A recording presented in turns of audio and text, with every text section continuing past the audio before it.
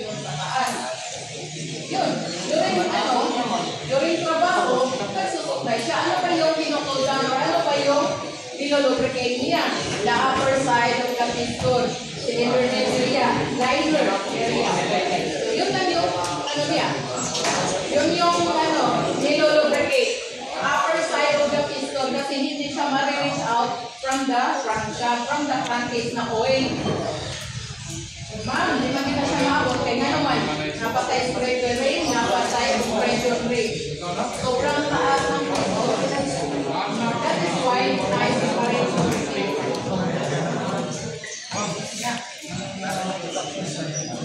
ano na, suction side daw ko no, si lubricating point. Bakit kaya no? Lubricator, bakit nandoon sa suction side? Wala man sa discharge. No? Because, ang gusto man nato nga i-lubricate is the upper side. Upper side ng piston natin. Liner natin. Doon sa may cylinder head area, dapat nandito sa taas. And besides, yung pressure sa suction side, first thing is low pressure siya. So, you don't have any pro na pwede mag-aapoy. Diba?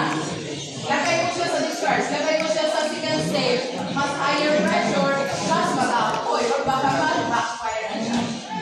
Pero yung lubricator na yun, yung oil niya, characteristics, that should be emulsified with water. Ano naman yung emulsified? Dapat pwede na siya mamimix with tubig.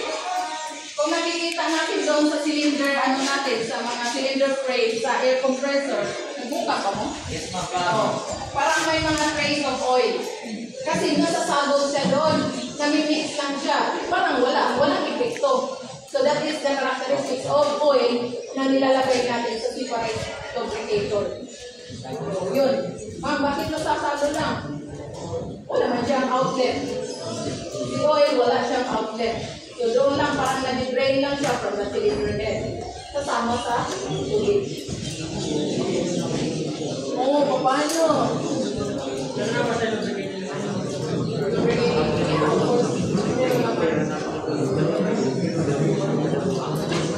Dapat PV diagram meron tayo. Pero take note na lang nasa readers PV diagram yung apat na position ng piston sa air compressor natin.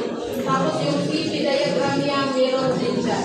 Page 96 sa readers. 96, tingnan. Na-prove na meaning na ay different position sa piston. From top to center, bababa si piston. Ganon din siya, i-plot siya sa PV diagram. Unsay action niya. Naapagaman sa readers. Naman na ito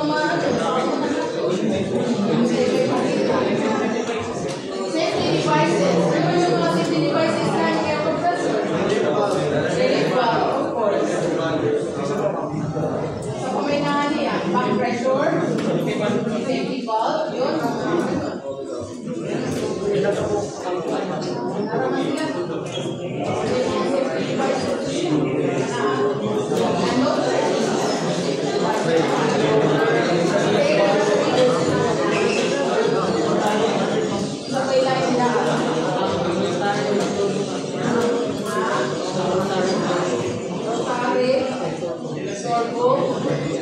Namin panutanan, kanino ng mga reciprocating air compressor, diba ang output anak, sa gamit ng kasagaran ng hangin. Starting air.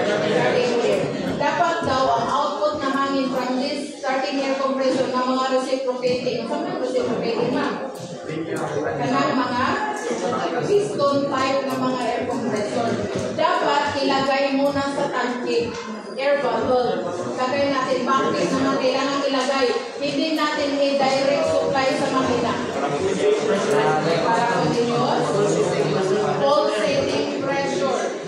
Yung output ng reciprocating compressor. Paano nangyayari si pulsating? Hindi ba? Yung parang sinusoidal. Piston pagbaba, walang pressure. So, pag akyat yung piston, mataas yung pressure. Pagsak yun, sinusoidal yung output natin. That is why hindi pwede yan sa makina. Bakit ano mangyayari ni makina? Patay, sindi. May pressure, wala. May yung pressure, wala. Hindi ko sa makita yan. Dapat, start talaga. Hindi pwede patay-patay. So, dapat lagay mo na sa tanking para constant na 15 bars na ginagawa starting pressure natin. Applicable talaga. So, ha? Sa mga reciprocating lang yan. Pulsating delivery pressure. Mga reciprocating in terms of area pressure, what is the relation? Ano ba yung relation ni area at saka ni pressure? Sa air compressor. Gamay area,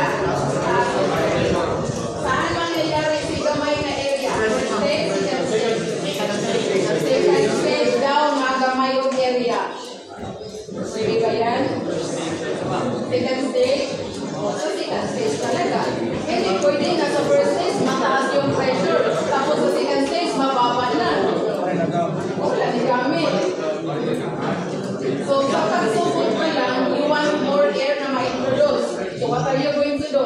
Sige, pakihan mo na yung area ng piston. Maraming hangin na ma-supply. Then, compress. After compression, kailangan palamigin. Anong pangalan na?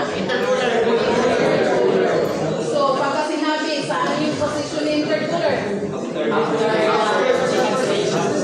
So, the second stage daw. Maraming doon paminaw na answer in between two stages. Meaning, nasa gitna talaga yung first at second. In between two stages. Intercooler. Yan. Anong rason? Bakit kailangan palamigin si hangin after compression?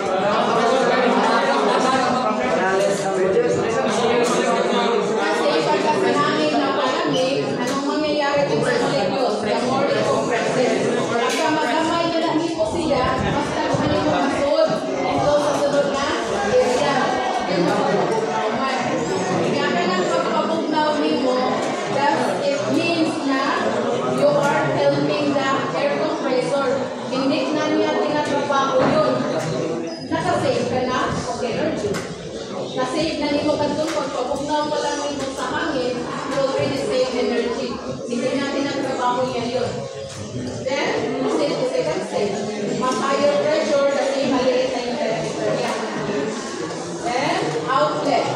Going so, before it reaches to the tanke, dadaan na naman siya ng cooler. After cooler na yun. After second stage na. Then, go after second.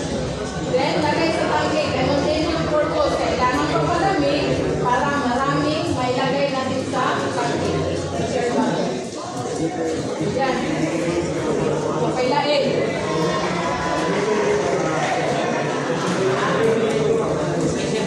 Compression ratio. Ano man yung compression ratio? Formula. Kurang na calculation. Kung na calculation, there's na yung sila. Wala na yung mabuhat yan. Na-sample. May na-sample calculation. Go with the sample. Mas tira ang sample because you have the sensor naman good. Kung lahit sa ligawas, siguro lahit lang sample. Pero na-trigger. Kasi yung situation numbers na yun. Dili na lang mag-usap. Kung ang inyong gimaster na sample is pareha sa mga chemical collections, yes, it's kaya na. Every the knowledge test, wala rin usap. Maraming siya ba? Wala rin pa lang si Mark na mag-usap. Ano man, hindi mabuto yung gin. Hindi po siya kasapot. Diba? Okay.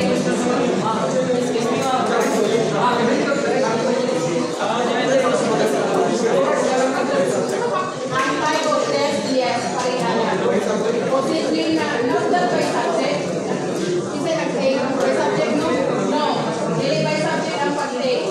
One exam nyo is comprising of 3 subjects. Isa na ito naman.